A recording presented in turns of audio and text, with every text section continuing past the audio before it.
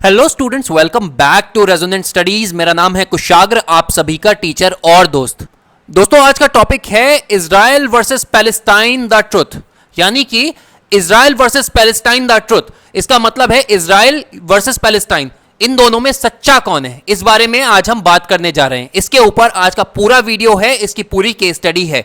दोस्तों जैसा कि हम जानते हैं 7 मई 2021 इस तारीख के बाद पूरी दुनिया दो हिस्सों में बंट गई है। पहली वो जो इजराइल को सपोर्ट कर रही है और दूसरी वो जो पैलेस्टाइन को सपोर्ट कर रही है। इवन हमारे प्यारे देश भारत या हमारे इंडिया में भी इजराइल और पैलेस्टाइन दोनों के सपोर्टर्स मिल जाएंगे। कोई कह रहा है आई सपोर्ट इजराइल, कोई कह रहा है आई सपोर्ट पैलेस्टाइन।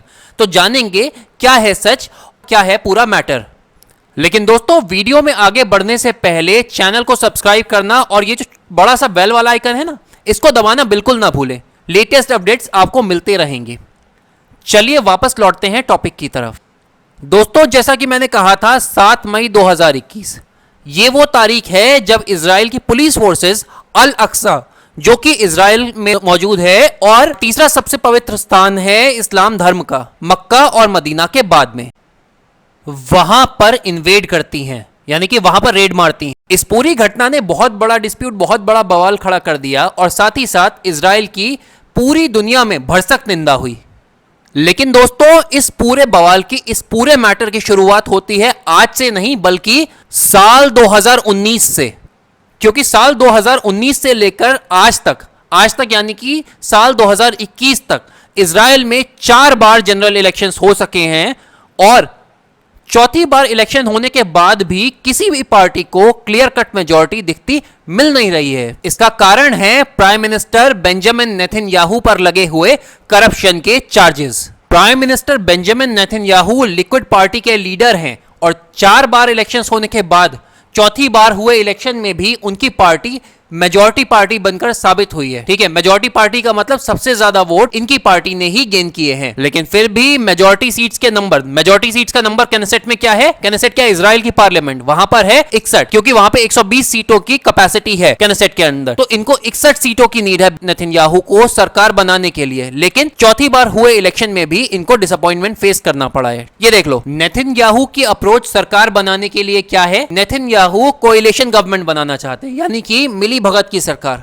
लेकिन यहां पर भी एक समस्या है। इजराइल में जो ऑपोजिशन पार्टी के लीडर हैं यार लैपिड, इनका नाम देख लो यहां पे, यार लैपिड, ये कौन है? ऑपोजिशन पार्टी के लीडर हैं। ये क्या करते हैं? ये अपने समर्थकों को विश्वास में लेते हैं। क्या विश्वास में लेते हैं? कहते हैं भाई नेतन्याहू जो है ना, हमारे प्राइम मिनिस्टर, इनके पास मेजॉरिटी नहीं है। मेजॉरिटी कितनी? 61 सीट्स, ये इनके पास नहीं है। ये अपने समर्थकों को बताते हैं। कौन बताते हैं? लैपिड। और साथ ही साथ क्या कहते हैं भाई? कहते नहीं है, एकदम कसम से, वो मोटिवेशन होता है ना पक्का वाला, वो मोटिवेट करते हैं, पूरी जान फूंक देते हैं और कहते हैं अगर इजराइल में कोई सेन, कोई स्टेबल गवर्नमेंट बना सकता है तो वो केवल मैं हूं और मेरी पार्टी है। क्यों? क्योंकि मैं भी नेक टू नेक फाइट में इन्वॉल्व हूं, अपने सपोर्टर्स के साथ, अपनी पार्टी के साथ। किससे नेक टू नेक फाइट में इन्वॉल्व हूं? मैं इन्वॉल्व हूं प्राइम मिनिस्टर बेंजामिन नेतन्याहू से। और यही सारी बातें नेतन्याहू के दिमाग में एक प्रेशर और इनसिक्योरिटी की फीलिंग डाल देती हैं। क्यों? क्या होगा अगर वो प्राइम मिनिस्टर नहीं बनेंगे? तो भाई देख लो यहां पर क्या होगा। उनके खिलाफ सीरियस करप्शन के चार्जेस हैं।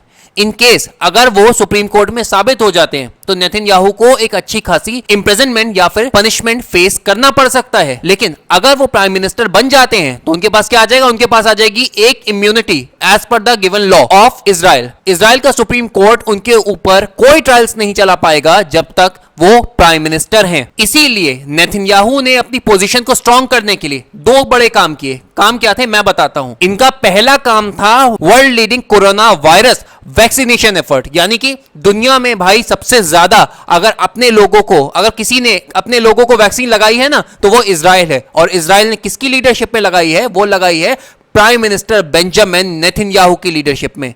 दूसरा इनका सबसे बड़ा काम था, इन्होंने क्या दिखाया पूरे इजराइल को? ये हॉकिश गारंटर हैं इजराइल की सिक्योरिटी की। हॉकिश गारंटर क्या? यानी कि भाई इनसे बड़ा कोई रक्षक है ही नहीं इजराइल का। और इस बात को साबित करते हुए इन्होंने यूएई और बहरीन जैसे देशों से, जो कि इनके कभी बहुत पक्के और कट्टर वाले दुश्मन थे, उनसे फ्रेंडली रिलेशंस डेवलप करने की कोशिश की पिछले 1 साल में। साथ ही साथ गाजा और पैलेस्टाइन में जो हो रहा है ये भी उसी का पार्ट है। कैसे पार्ट है हॉकिश गारंटर पॉलिसी का? ये जानने के लिए हमें कहानी का दूसरा पार्ट देखना पड़ेगा। दोस्तों थोड़ी देर के लिए कहानी में बताए पहले पार्ट को भूल जाओ और इस पार्ट को देखो। दोस्तों इजराइल और पैलेस्टाइन की राइवलरी की कहानी हम सबको पता है, दशकों पुरानी है, लेकिन अभी हाल ही में क्या हुआ है इस बात में नजर डालते हैं। शेख जरा नाम का एक शहर है, एक जगह है ईस्टर्न जेरूसलम के नेबरहुड में। दोस्तों अब इतने में ही होता क्या है, जेरूसलम डिस्ट्रिक्ट कोर्ट का एक फैसला आता है और फैसला जुड़ा है शेख जरा नाम के शहर में रहने वाली पैलेस्टीनियन अरब फैमिलीज से। जानते हैं बात क्या है?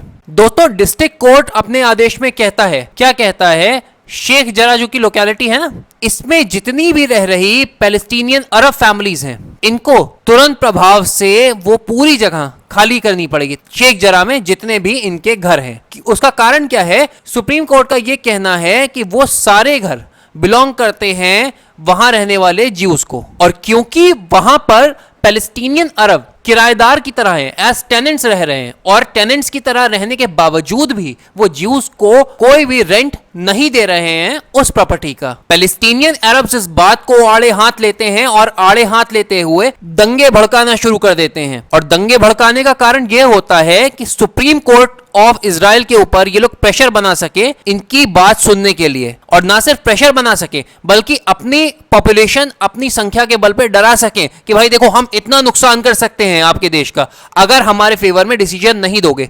एक तरह से थ्रेट देने की कोशिश की गई है। और आगे अल अक्सा मॉस्क की स्टोरी तो हम जानते ही हैं। अल अक्सा मॉस्क में क्या होता है, पुलिस अल अक्सा मस्जिद के अंदर घुस जाती है। क्यों घुस जाती है? पुलिस का कहना है अलविदा की नमाज के बाद पैलेस्टीनियन अरब्स इस तैयारी में थे कि पूरे देश में दंगा भड़काया जा सके, और इस पूरे काम में उनकी मदद कौन कर रहा था? उनकी मदद कर रहा था टेररिस्ट ग्रुप हमास। ऐसा मेरा कहना नहीं है, ऐसा कहना है पुलिस का। और जैसे ही हमास वालों ने इस पूरे मैप को देखो, ये देखो कोने वाला मैप देखो, सबसे पहले जैसे ही हमास वालों ने यहाँ पर गाजा स्ट्रिप, ये यहाँ के रहने वाले लोग हैं जनरली, यहाँ से इन लोगों का साथ देना शुरू किया और इजराइल पर रॉकेट से अटैक शुरू किया, ठीक है। उससे क्या हुआ? उससे प्राइम मिनिस्टर बेंजामिन नेतन्याहू की हॉकिश गारंटर पॉलिसी को बल मिला, और क्या हुआ इसके रिजल्ट्स हम देखते हैं। अब अगर प्राइम मिनिस्टर बेंजामिन नेतन्याहू यहां बैठे गाजा में बैठे हमास के आतंकवादियों को क्रश कर देते हैं, उनको कुचल देते हैं, तो उनकी हॉकिश गारंटर पॉलिसी को बल मिलेगा, और वहां के इजराइल की जनरल पब्लिक के बीच में एक मैसेज जाएगा कि बेंजामिन नेतन्याहू एक स्ट्रांग लीडर है, जिसका सीधा सीधा फायदा इनको दो तरह से होगा। पहला कैसे? देखो इनके ऑपोजिशन में जैसे बैठे हुए थे यार लैपिड, इनके ऑपोजिशन के लीडर थे। अब अगर यार लैपिड इनके अगेंस्ट कुछ कहते हैं तो लोग इसको ऐसे समझेंगे कि मानो कोई इंसान जो हमारे देश को बचा रहा है, उसका गार्डियन है, उसके अगेंस्ट अगर आप बोलोगे आप कहीं ना कहीं देशद्रोही समझे जाओगे। इसलिए यार लैपिड के लिए ये पैर पर कुल्हाड़ी मार देने वाली बात होगी। और इन केस अगर कोई इलेक्शन सक्सेसफुल नहीं होता है और 5th टाइम इलेक्शन होता है तो क्या होगा? बहुत हद तक चांसेस हैं कि बेंजामिन नेतन्याहू पहले से बहुत ज्यादा सीट्स गेन करें और मेजॉरिटी लेकर एक फुल फ्लेजेड गवर्नमेंट फॉर्म करें। बेंजामिन नेतन्याहू की तरह हमास को भी इस पूरे गेम में फायदा होता है। कैसे? हमास जो है ना, अभी तक उसको बहुत ज्यादा कोई इंपॉर्टेंस नहीं मिल रही थी, ठीक है। वो गली के कुत्ते की तरह था जिसकी कोई वैल्यू मानो जैसे किसी ने समझी नहीं। कोई भी जब आता था शायद कभी रोटी डाल दी, गाजा में बैठे भाई कोई रोटी डाल गया, कुत्ते को जैसे डाल देते हैं। लेकिन अब क्या हुआ? हमास को थोड़ी इज्जत मिल गई। अब क्या हुआ? हमास फ्री पैलेस्टाइन मूवमेंट का चेहरा बन गया। अब लोग जो हैं हमास को ऐसे देख रहे हैं, पूरी दुनिया भर के जो पैलेस्टाइन सपोर्टर्स हैं वो देख रहे हैं कि हमास ही अकेला एक ऐसा ऑर्गेनाइजेशन है जो पैलेस्टाइन को फ्री करवाने में बहुत बड़ा रोल प्ले कर सकता है। दोस्तों अब इस पूरे मैटर में सवाल आता है विनर कौन, लूजर कौन। तो आइए देख लेते हैं एक बार। विनर्स सबसे पहले तो कौन बनी? भाई government of Israel. Government of Israel से मेरा मतलब ये नहीं कि गवर्नमेंट जो अभी मतलब कोई भी पार्टी आ जाएगी, मैं बात कर रहा हूँ रूलिंग पार्टी की, ठीक है, जिसके हेड है बेंजामिन नेतन्याहू। दोस्तों मान लो अब इजराइल में 5वीं बार इलेक्शंस होते हैं तो बेंजामिन नेतन्याहू जो होंगे ना, इनको पहले से ज्यादा सीट्स मिलने के बहुत अच्छे चांसेस हैं, और पूरा चांस है कि ये सिंगल पार्टी, ठीक है, ये अकेले पूरी इनके एक पार्टी वहां पे सरकार बना ले बिना किसी कोएलिशन के। फिर आता है हमास। भाई हमास वो गली का कुत्ता था जिसको कोई ना रोटी डालता था, वो ना घर का था ना घाट का था, कहीं से कहीं तक। लेकिन अब